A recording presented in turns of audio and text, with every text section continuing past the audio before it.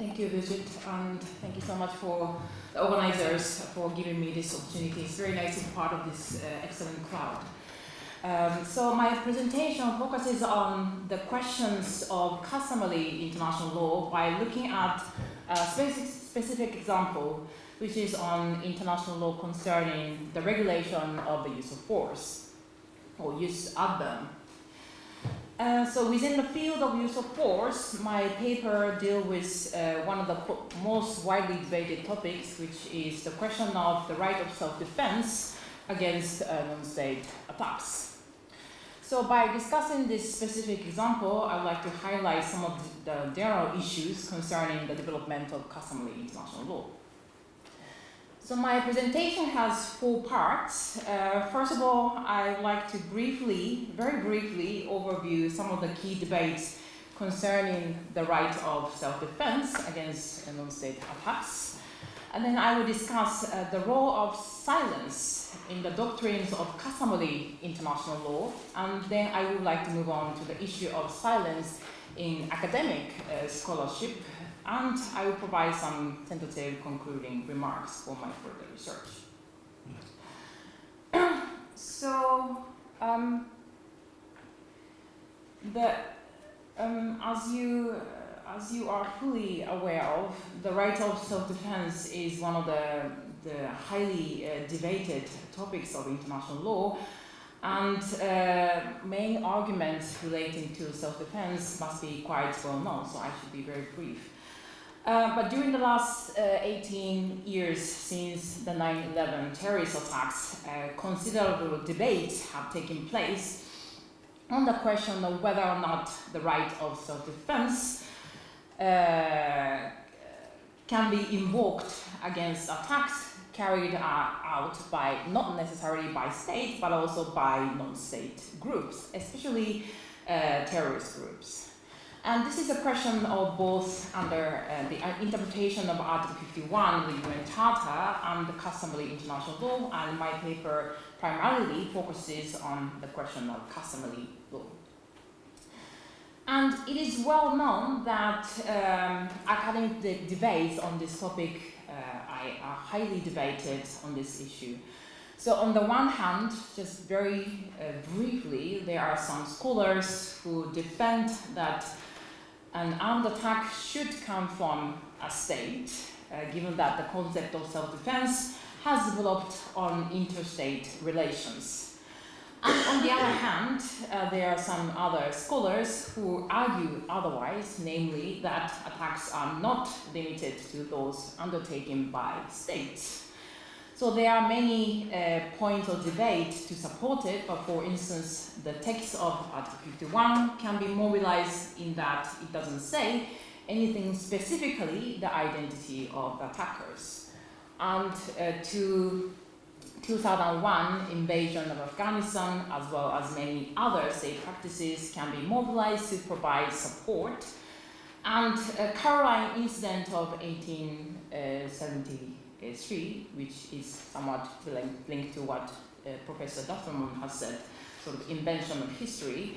Caroline incident at the end of 19th century was also mobilized in order to support this position, in order to demonstrate that the concept of self-defense did not originally depend on attack by states. So these different viewpoints are sometimes described as restrictivist versus expansionist controversies, although these terminologies themselves are highly contested, and I will refrain from using them in this presentation. And if one assumes that the right of self-defense can be invoked against non-state attacks, opinions still differ in terms of the level of territorial nexus. On the one hand, you may argue that attribution of the conduct of non-state attackers to the territorial government is necessary, which effectively denies the right of self-defense against non-state actors. And on the other hand, there are scholars who do not necessarily require any territorial nexus, and in between these two positions, there are a few different theories that have been put forward, including the controversial doctrine that use of force in self-defense is possible when the territorial state is unwilling or unable to prevent further non-state attacks. So this is just a very, very brief overview of some of the widely debated topics. It just simplifies everything, I'm afraid. So academic opinions are highly debated, as I mentioned already a few times, on this topic, and I will not go into the question of which position is legally persuasive. That is not the main goal of my presentation and paper. Regardless of one's viewpoints on this topic, it might be worthwhile considering once again whether or not we, legal scholars, have taken the question of silence seriously on the development of customary international law on the regulation of the use of force. So such an opportunity for self-reflection has arisen, at least in part, thanks to the ICL's 2018 draft conclusions on the identification of customary international law. According to ILC's conclusion 10.3, Article 10.3, a failure to react over time to a practice may serve as evidence of opinion use. And it is indeed a well-established idea that some state inaction can be translated into their acceptance. A classic case in this regard is Norwegian fisheries case in 1951, where International Court of Justice relied on other states' lack of responses or silence or tolerance in order to uphold the method of maritime delimitation used by Norway. So, and the idea also makes sense because states can strategically choose not to respond to particular state practice. Yet the quality of silence or inaction should significantly vary depending on the states and their capacities. So according to the ILC's draft conclusions, there are two general conditions that decide, according to which we decide whether or not inaction can be considered acceptance. So first condition is that there have to be circumstances that call for some reaction. So that is first criterion. And second, states ought to be in a position to react. So on the first condition, according to the ILC's commentary, such circumstances arise when a practice affects the interests or rights of the state, usually in a negative manner. And this condition is very highly abstract, and it can be understood in many different ways. But this condition seems to affirm a basic point that reaction is called for not only from military powers, but also from those states which may be subject to the use of force in self-defense by other states. At the same time, it is not self-evident when it comes to the first requirement still, which states can be unfavorably or in a negative manner affected by the changes in the scope of the right of self-defense. So in the context of the development of the right of self-defense, to decide the circumstances that call for reaction may appear much more complicated than, for instance, the typical example of changes in maritime zones, for instance. So the circumstances that call for reaction may not be self-evident. That means that it might take much more time for states to ponder, to think about whether or not their interests or rights are unfavorably affected. So turning to the second requirement, a state inaction can be regarded as acceptance if the state is in a position to react. And according to the International Law Commission, this means that a state concerned must have had knowledge of the practice. So this includes constructive knowledge, namely that knowledge that the state must have been aware of, so not just actual knowledge. And on the face of it, all the UN member states seem to be in a position to react to other states' invocation of the rights of self-defense and their possible implications on the general scope of the rights to self-defense, right of self-defense. When UN member states invoke the right of self-defense, Most of them usually report their practices to the UN Security Council, and such letters are, as you might know, are available on UN database, which is publicly searchable and accessible. But however, as Olabue Naga recently articulated on Just Security, I think, knowledge of practice is not as self-evident as some of us, international legal scholars, may assume. When the use of force in self-defense is reported to the UN Security Council, the letters are not automatically circulated to member states unless you happen to be on the Security Council. And member states need to proactively search such documents, analyze legal significance of particular invocation of self-defense, and formulate their responses. So these kind of practices, responses, might not be part of regular governmental routine or practices, depending on state capacities to monitor and respond to other state activities.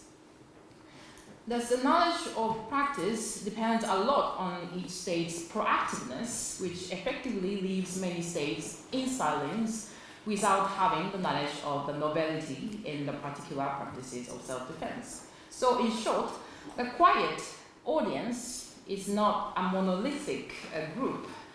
There are not only political obstacles, but also pragmatic elements that constitute silence, that give rise to silence. And it is, however, difficult doctrinally and methodologically to unpack such diversity within the silent audience. As a result, many states' inaction can be treated as the same as if it provides the evidence of collective acceptance. So finally,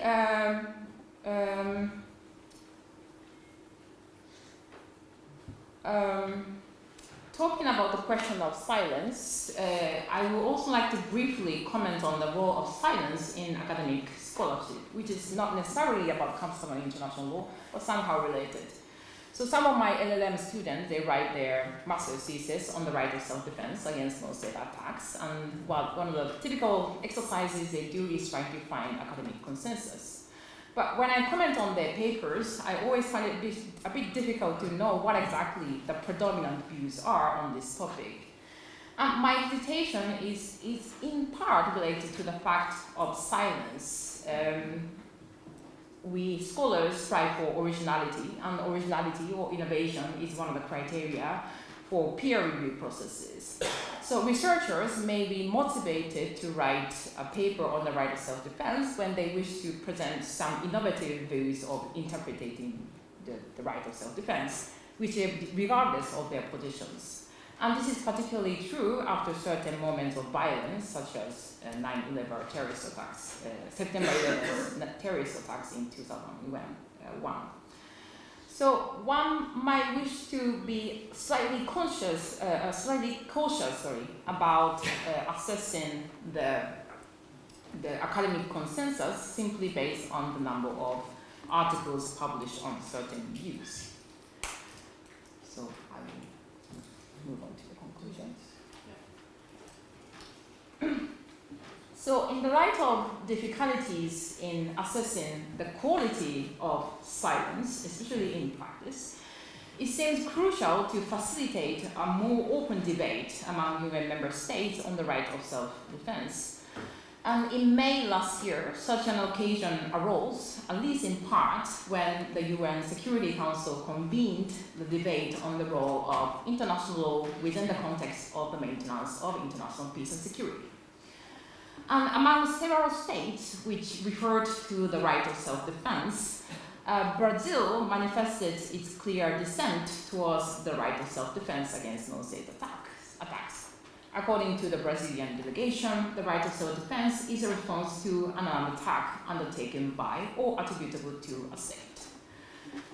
But from the open debate in May 2018, it is very difficult to assess whether or not other states follow the Brazilian interpretation. Other states did not particularly respond to Brazilian interpretation. But at any rate, the debate at least provided the opportunity to break silence for the development of customary international law. So overall, in conclusion, as the Brazilian government observed during the Security Council debate, all countries have a stake in the issue of the legality of use of force, which means that their silence in the development end of customary international law should carry important legal value. Yet many states' lack of responses can be the result of many different issues or reasons, not just political and economic deference to military powers, but also it could be as a result of unawareness of legal significance of certain developments. And these factors are accompanied by another layer of complexity, which is related to the filter of originality in academic publications, which might lead to silence on some parts of the academic communities. Therefore, we might need to be a bit more aware and careful about, as I mentioned, diversity among the silent audience. On the development of customary international law on the use of force, we need to come up with much better ways of assessing state silence or its quality. And this academic effort ought to be combined with institutional initiative to inform states of the new practices of the use of force, and a more inclusive venue ought to be created in order to render state silence more well-informed and lead to a more inclusive process of developing customary international law on international peace and security.